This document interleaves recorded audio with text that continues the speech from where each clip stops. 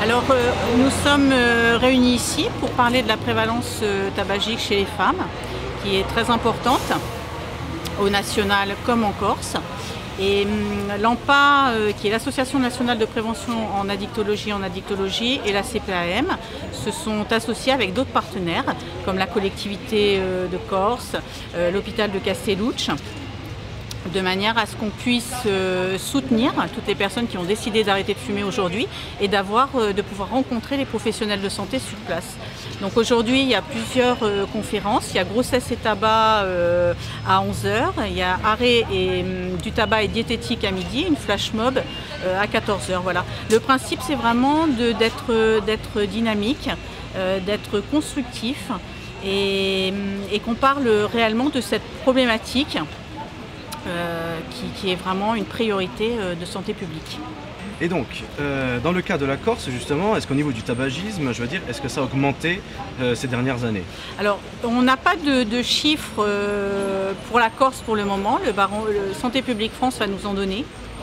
On sait que de toute façon, il y a plus de 27% de décès par cancer du poumon chez la femme par rapport à la moyenne nationale. Donc on suppose que par rapport à la population et à la démographie, effectivement, le tabagisme est très très important.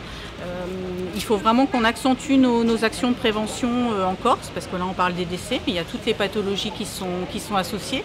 Et surtout, on doit travailler pour éviter l'entrée du tabagisme chez les jeunes. Et là, ce serait vraiment un idéal et on y travaille. Il y aurait donc une tranche d'âge justement qui serait peut-être plus touchée qu'une autre? Alors on commence le tabagisme, en général c'est vers 13-14 ans, donc on va accentuer les actions de prévention dans ce sens-là avec plusieurs partenaires. C'est aussi dans le programme national de lutte contre le tabagisme, il y a du plan aussi de mobilisation contre les addictions. Donc il va y avoir un renforcement, le travail a déjà commencé, mais il va y avoir un renforcement vis-à-vis des enfants et des jeunes adultes, de renforcer un petit peu leurs ressources, de manière à ce que si on leur propose une cigarette ou autre, ils puissent avoir suffisamment confiance en eux pour dire non, moi je ne suis pas intéressée par le tabac. Voilà, c'est ce qu'on souhaite.